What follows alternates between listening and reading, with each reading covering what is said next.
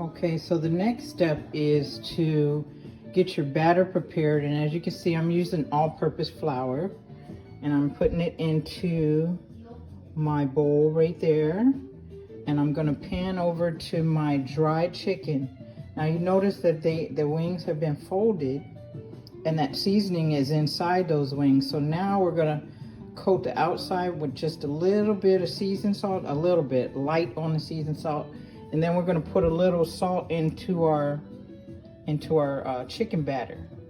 And then we're gonna coat our chicken. It needs to be dried. Remember that. You don't want the water. If you leave water in your chicken, then it pops all over the place. So dry it well. Then you notice this is my frying pan.